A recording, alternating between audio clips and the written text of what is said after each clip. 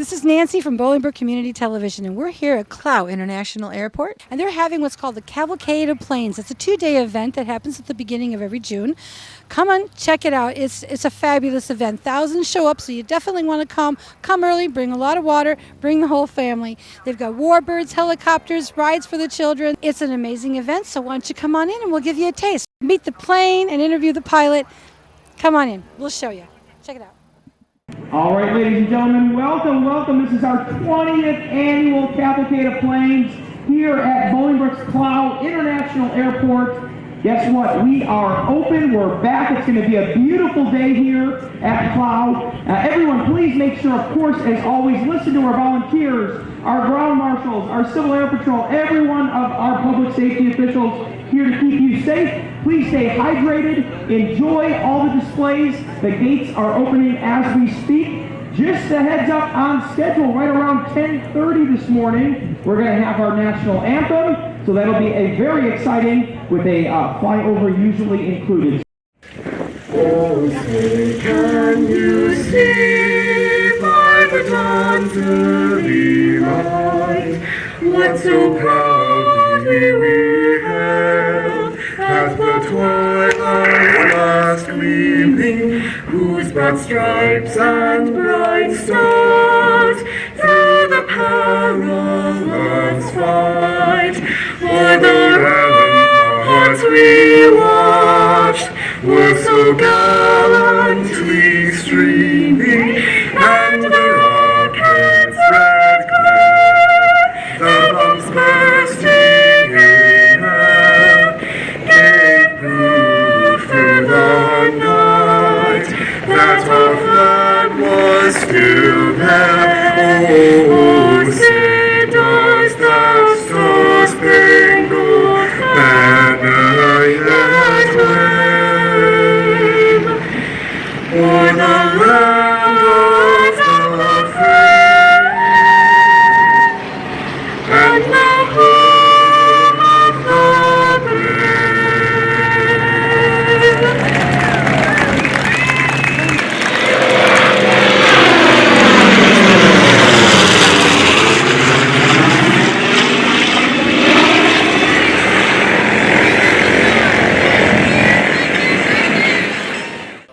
I'm now here with Sebastian, and this is called a paramotor?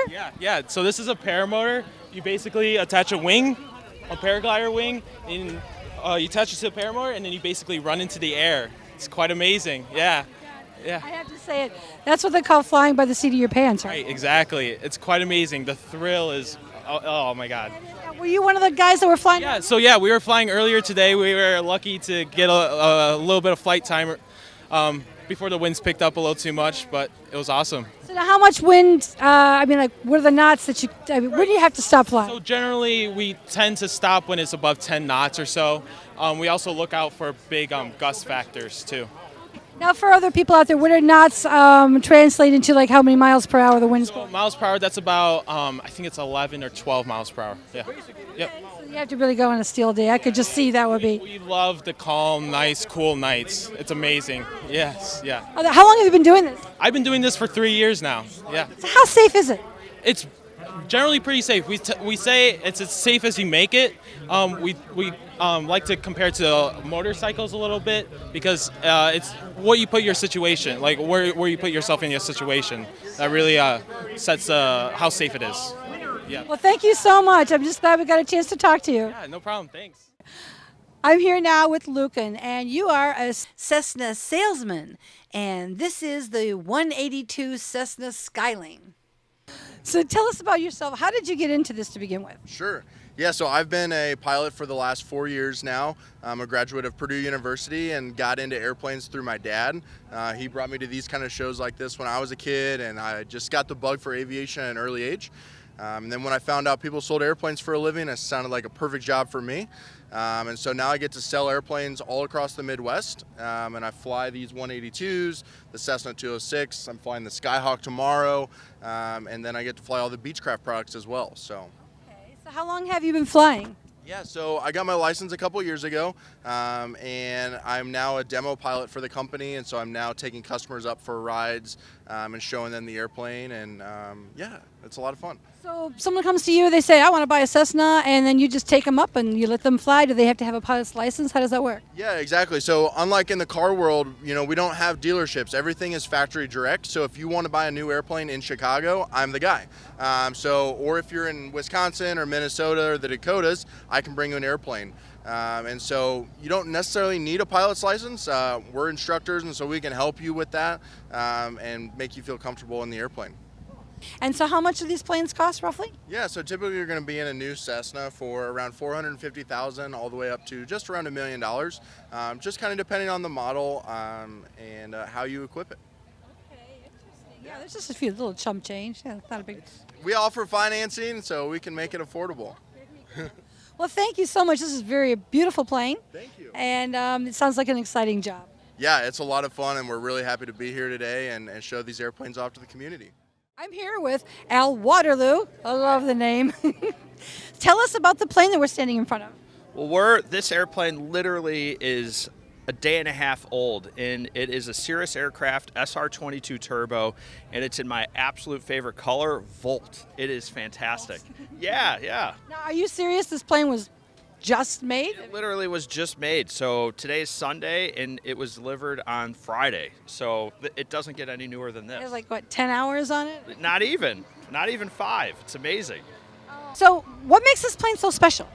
There's a lot of things. I think the big thing is the impact that it makes on people's lives. In order to make things of aviation approachable and really comfortable for them, we do that through good technology, familiar comfort, a lot of safety built in, and this airplane is equipped with every Cirrus that's ever been built has our Cirrus airframe parachute system. Okay, and what is that? The whole airplane has a parachute system so that if in any scenario that a pilot or a passenger feels that something's not going right, they can use and deploy our aircraft parachute system, and the whole airplane will just float down level under parachute. So an actual parachute comes out the top and it just floats down? Yes, exactly. So people can get out of the plane. They literally they go home for dinner. They get to see their families again, and it's just fantastic. Wow, that is amazing. You can't get much safer than that. So what's really nice about the SR-22 or the SR-22 Turbo is that we're here at the Bolingbrook Airport, which has a smaller runway compared to the rest of the airports in the Chicagoland area, and this is no problem. So people can take off from here and go nonstop to the panhandle of Florida or hit anywhere on the East Coast. So there's all the runways, or most of the runways in the area are just fine for this. Are you saying you can fly that length and the amount of gas that's in this? Yeah. So you can, if you load up fill up the tanks full of gas, you can make it from Chicago to Denver or Jacksonville, Florida, all the way out to Maine. How are you liking Clow? Have you been here before? This airport is so full of history, and what is really nice is that the community gets super involved. Yeah. Out of all the shows that were in airport days that we go to a lot of them. This one is one of the top, and really impressive that the whole community really engages with this. We are now here with Jerry Baumgartner with the Civil Air Patrol. And why don't you explain to us what the Civil Air Patrol does? Okay, well, we're an organization that was incorporated on December 1st, 1941, 6 days before Pearl Harbor. And we were designed to help out the military at that time as the soldiers were going to war. They needed some support here back at home. We eventually got incorporated as a 503c corporation. We are the auxiliary of the United States Air Force, so we do have some oversight from the Air Force, and we're engaged primarily in 3 missions: emergency services, aerospace education, and our cadet program. Okay, so emergency services, does that mean like you go in on things like Katrina or emergencies or disasters? Right. A lot of what we do is we do a lot of search. For example, missing aircraft, missing persons, but our mission also extends to disaster relief. So we'll do photo reconnaissance of floods or earthquake damage or damage from hurricanes. So we have a lot of experience going into support the emergency agencies like FEMA in disasters such as Sandy, Katrina, Andrew back in Florida. Okay. Now you mentioned you had 3 functions. What were the other 2? Cadet programs and aerospace education. Okay. And what is the cadet program? Well, we're trying to bring leadership opportunities to cadets. We're trying to give them experience in aerospace education and STEM programs. We have a lot of activities for the cadets. Of course, they're helping us out here. They have they go through a 16-step program where they start out as an airman basic. They go up to cadet colonel, and through that entire process, they're required to do leadership exercises. They're required to do aerospace education exercises. They do drill. We give them an introduction to the military lifestyle without all the requirements of military lifestyle. Okay. They get kind of a taste, a feel for it to make sure it's something they want to go into. That's right. We have encampments throughout the country where they can go for a week at a time. That's where they really learn the essence of leadership. We have other activities though as well. We have flight academies where they can start their education and actually learning how to fly an airplane, either a powered airplane or a glider or even a balloon. So we have the flight academies, and then we have special activities as well. Every year we have legislative days where we actually take a group of the cadets to the Capitol, and they get to speak with their own representatives and get basically be able to communicate with our representatives and let them know what we are doing at the local level.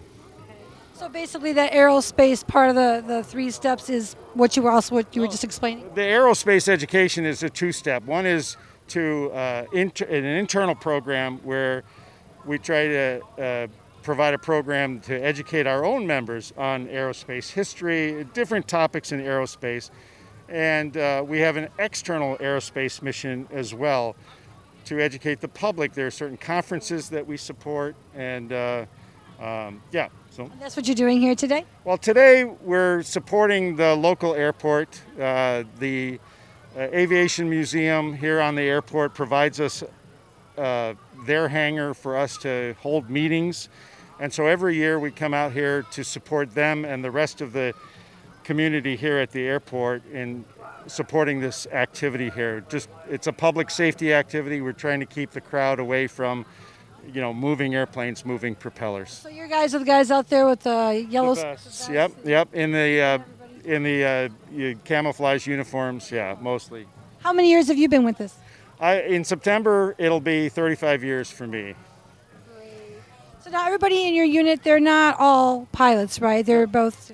That's correct. The majority of our membership is probably non-pilots, but one of our core values is volunteerism, and there are a lot of people that are willing to volunteer their time to help the community, which is something that Civil Air Patrol does. So they find it a worthwhile cause. Oh, it sure is, especially the search and rescue efforts. I mean not to be obvious about it, but that's such a lifesaver, such a blessing to be able to do that. How rewarding. Yep. That's primarily it. They want to do anything that they can, or they want to contribute to helping the community. Well, thank you so much. Is there anything else that you wanted to add? No, Civil Air Patrol has been around for, a long time. We're actually celebrating our 80th anniversary here. So from December 1st to 1941 to 2021, it's 80 years, and so we're gonna have a big celebration this year. Hi, we're here now with Dave. This is a pilot we just met, and this is his plane. It's a 1964 Cessna 150, you said? 50, yes. Okay.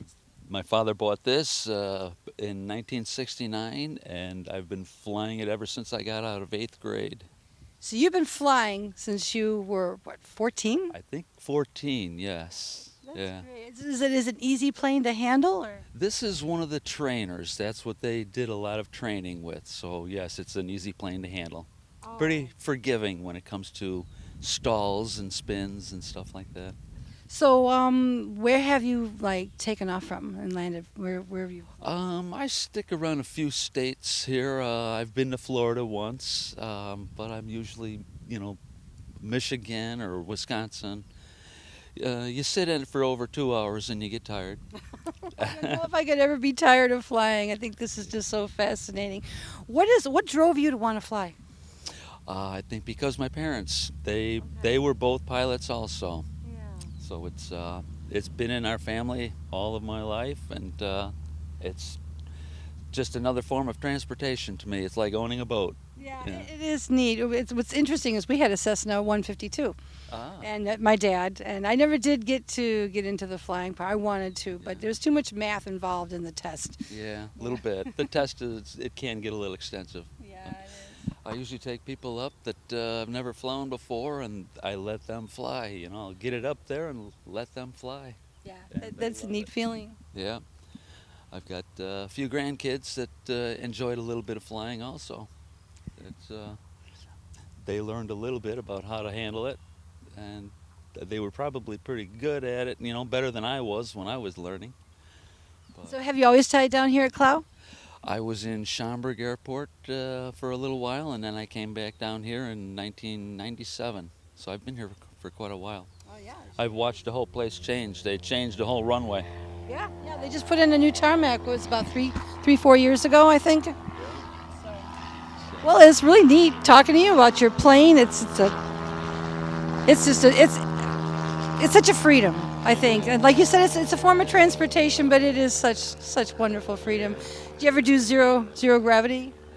Yes, that's usually one of the first things I try to explain to someone when I take them up is the positive and negative G-force, where I can make your cell phone float in front of you. Yeah, my dad did that with a pencil. It's floating. Yeah, make it float right in front of you. Zero gravity. 0 G's, I guess, is Zero the Gs. technical term, Yeah. in term. Thank you so much for this interview, and enjoy flying. Yeah, thank you. Sky's the limit. Yep. Okay. I'm here now with Wayne and Emily, and we're with the flight school and the maintenance shop, right? So we're going to start with you. And tell me, what's your title and what are you doing here? Hi folks, I'm Wayne Brzezinski. I'm one of the owners of JW Aviation here at Bolingbrook's Clow Airport. You're currently joining us in the maintenance shop where we're performing our 100-hour check on one of our flight school aircraft. We do these obviously to maintain regulations and the safety of the aircraft. And we operate a flying school here. We have over 100 students and our own maintenance shop. And we also have other initiatives within the company, which would include a youth group that we'd be happy to talk to you about as well. So now when you say 100 hours, like every 100 hours a plane flies, you actually take it apart and put it back together? Yeah, we basically, a 100-hour inspection is effectively the same as a required annual inspection that we have to do. And every 100 hours these aircraft fly at this time of year, we're getting through that in about a month or 5 weeks, so it's very quick. And we do that to make sure the aircraft is safe. So most of it comes apart, it gets put back together again, and that's what we do, yeah. So it's kind of almost like a rebuilt plane every 100 hours. It gets a full shakedown, a full checkup. Very full shakedown. So the aircraft are very, very safe, and we check everything on them. Yeah, absolutely. That's great. That's really reassuring. Absolutely. Of course, yeah, we fly in them too, so we really want to make sure they're safe. Yeah. Okay. And this is Emily, and what is your affiliation? Hi, so I run the Future Aviators Association Club here at Clow. Our goal is to get kids into STEM and aviation-related activities. Now explain STEM real quick for some people who... Yep, so STEM is science, technology, engineering, and math.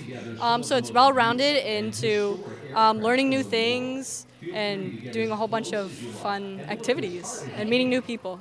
So then what you do here, you're getting the young, new people involved. How do you do that? Yep, so we volunteer at events like this, do activities, and if you want to know more about us, you can go to faakids.org, and you can contact me and Wayne through that, and you can learn a lot more through us through our website. So, I mean, you're awfully young, but how long have you been involved in this? Yep, so I've been into aviation for 7 years now, and I am 16. We're recruiting all the time. Even if you come into the flight school, you can sign up through that. You can sign up through Young Eagles, anything. Anywhere you find us, sign up, get our contact info, all of that. So you're a pilot? I am actually training. I'm hoping to solo this summer and get my license next year. So I'm Awesome. It's not that easy getting the license, is it? Nope, there's a lot of studying, but you know, it's well worth it.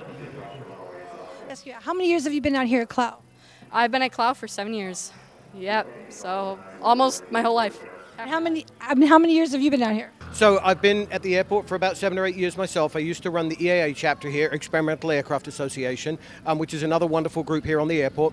And coming out of that group, we got the flying school. And then as part of the flying school, we carried on one of the programs we had within EAA, which was to develop youth in aviation. Because what you'll find is most of the young adults who are interested in aviation are somewhat isolated because there aren't many activities for them. So we've created a place for them to come to so that we can have organized activities every quarter and every month. So you'll see that roll out. COVID slowed us down, but stay in touch with us on faakids.org, and we have a contact email there, and we'll add you to the list, and we'll keep everybody updated.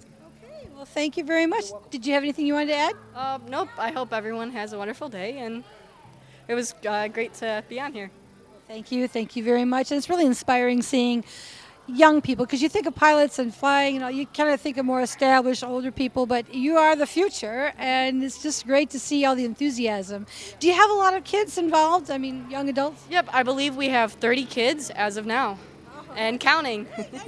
Going up. Yep. Okay, well, thank you so much for the interview. Thank you. You're most welcome. And so now you know where to come. Here we are. We're now at the museum. This is one of my favorite places. You have so many interesting things going on in here, Larry. This is Larry, and why don't you go ahead and tell us what all the displays in here, what all do you have in the museum? So we've got a lot of things going on in here. Right behind me is a pit special that was recently donated to us.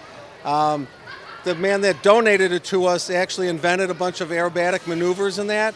So when he passed, he had it willed over to us.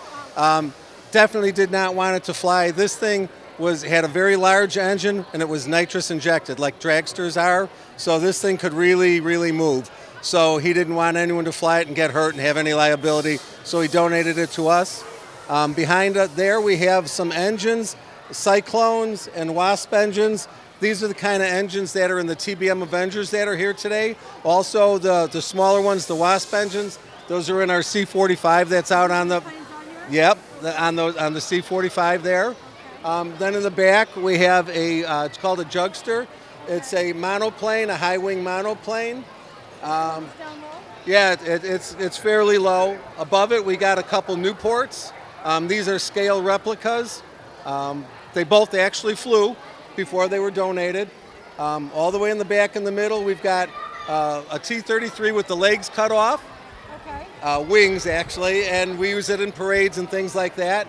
Above that's a Newport. We had a club called the Warbird World War I Builders Club, and that was built by a bunch of high school students. We did put an engine in it, and we did fly it. Then we have a glider, the Ling trainers in motion, and it was actually invented by a guy whose family was organs, literally musical organs. They made them, and he invented this trainer that was used to train World War II pilots how to fly in clouds, IFC. And over 500,000 pilots learned to train in a contraption just like that, because from the time he built it and they went into production, they still made them all with organ parts. So it was quite an amazing thing that happened there. Yeah, great stories. I could sit here and talk to hours on all of the stuff. The stories behind them are great.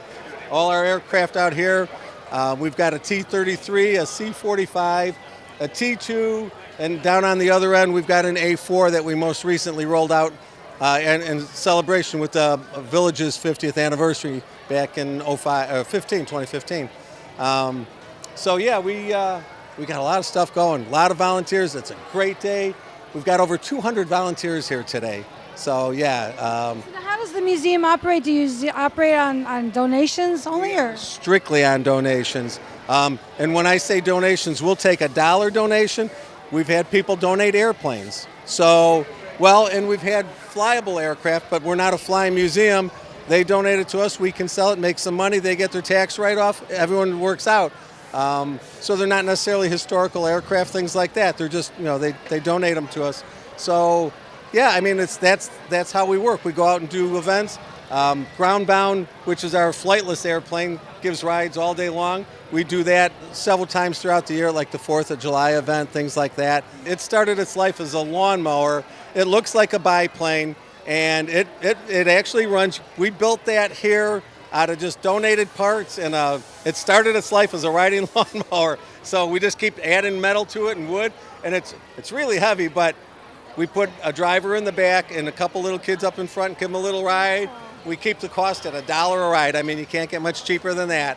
And then we've got the helo wagon down on the other end giving rides. That's an old Bell 222. We just tow it around and let people get a ride in it. Truthfully, it pays for the maintenance and the insurance on it, and that's pretty much what it makes. So it's not really a money maker per se. It's all about the kids. I mean, they just... I've given rides in it, and the starry-eyed kids, and they come out, and you can't buy that. So that's why we do it. That's absolutely. Well, this is very rewarding, and thank you. So what makes this plane so special? It's a trainer used during World War I to train Allied pilots, and it was the final exam for pilots going to single-engine combat aircraft. Okay, so is it a particularly easier plane to fly? Is that why they used it for training? Well, it's not particularly easy to fly. It's like lots of airplanes, but it really demands that you fly it well, and that is really what they were looking for a trainer at that point, and made sure that our pilots had the skills that they needed when they got into their combat aircraft. Most of those aircraft were single pilot station, one person on board, so they got out of this airplane where they could have an instructor with them into an airplane that they had to fly all by themselves with no help. Okay, so this plane gives you more of a challenge, so you come out of it more seasoned, more able to... Exactly, so that you have the skills you need to handle the airplane that you're going to be in. How long have you owned this plane? We've had it for 6 years, and we're blessed to be the current caretakers. Oh, definitely. How many years have you been flying? Oh gosh, I learned to fly when I was in college, so a while back. Great. So you're out here today. You're giving rides. Is that? Yep. We'd love to share the airplane, keep it flying, and sort of share the story of what the past generations did with both with the engineering of the airplane and what they did, being trained in it and fighting for freedom. Is there anything else you want to tell us about this plane that's special? It's a joy to fly, and we love to share it. So yeah. Okay, well, thank you for sharing this interview with us. Yep, great. Thank you very much. And have a great flight. Yep, we will. I am with Zippy. I love the name. Very catchy. So why don't you explain to us what your camp is, exactly what it's about? What we do here is we represent the Special Forces soldiers of 5th Special Forces Group Vietnam, specifically Camp A332. And it was one of the camps that was open the longest, so therefore we can show a whole array of the different equipment and gear throughout the conflict. And we do this to honor our Vietnam soldiers, not just Special Forces soldiers, but all of our soldiers, sailors, airmen, and Marines. And we do get a very good reception from our Vietnam veterans, and that is the best appreciation that we can get. Wow. How many years have you been doing this? Many of us on this team have been reenacting for anywhere between a dozen and 30 years. And 2 of my sergeants were actually active duty members. Sergeant Miller was 28 years active. My sergeant that is our medic sergeant isn't here today, but he is active currently and he has 15 years in, and the rest of us are living historians. I have been doing Vietnam in particular for approximately the last 17 years or so. And many of us do a lot of different eras. I myself am in Sergeant Manasotis' group, and we go back to our roots and do Ancient Greek. I'm in Sergeant Miller's World War II group, and they are in my Vietnam group. So a lot of us do a lot of different impressions and a lot of different eras. Wow. Okay. So these are all the weapons. Are they all in different eras, different years, different? So we do start on our tarp on the American gear with World War II firearms, because as Americans we've always given our allies, our friends, our old equipment. And they would have initially had M1 Grands and M1 carbines first before they were issued M16s. And then we moved chronologically through the progression of firearms during the course of the Vietnam War as well. And we have submachine guns on that first tarp, mortars and the heavy and the machine guns, the Ma Deuce, the M2 Browning, some of the other machine guns. The center tarp that we usually do is uniforms and parachutes and some specialty gear, and then some of the specialty arms that were from different countries and that would have been used by special forces. And lastly, our last two tarps, approximately where I'm standing, we do the NVA, the North Vietnamese Army, and the VC, the Viet Cong equipment. Great. Wow, this is history. I mean, this is, and I didn't know that we gave them our allies, our old artillery equipment and everything. That is awesome. That's just like the U.S., you know? No, well, thank you so much. And so this is everything that you would be if you were out in Vietnam. This is where you'd be camping. This is what you'd be using. The tent behind me is the GP Small, and this would have been a tent representative of what you would have slept in back at base camp. Okay. Out in the field, typically, you would have only had your poncho liner and your poncho. Okay. So very basic. Right. And you don't want to be seen. Okay. Well, thank you very much. We were trying to cover a lot of time and a lot of area in a little time. And what you do here is amazing. I know I've been here many years in a row, and this booth just gets bigger and bigger and bigger. We have been doing this, I believe, for the past 13 years at this event. And we will continue to support this event as long as they have it and as long as we're able to. And we are supported by the event, and we will support the event, and it's a great event to do. And we get such a great reception from the public and from Vietnam veterans that as long as we're able to, we'll continue to do this. And as you've noticed over the years, the display is its own beast and keeps getting larger and larger each year. Well, it's great, and people need to know. This is just a boatload of knowledge.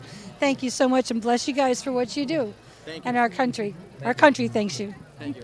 Thank you. Bye-bye. Have a great day. I hope you enjoyed this. We enjoyed this. Also, one really neat thing, I'm going to narc on my cameraman. He was in the Air Force for 5 years. I tried to get an interview with him, but he's the behind-the-scenes kind of guy. But I really hope that you enjoyed this. This was a great day. They have this every year. It's usually around the beginning of June. It's the Clow Airport in Bolingbrook, Illinois. Look it up online, and you can come and check out the planes, take some flights and everything, and just enjoy yourself. There's something here for everybody, for the children, especially for vets who've been there and seen it and can really have just a taste of the past. And this is just a great day. I hope you enjoyed it as much as we did. Thank you.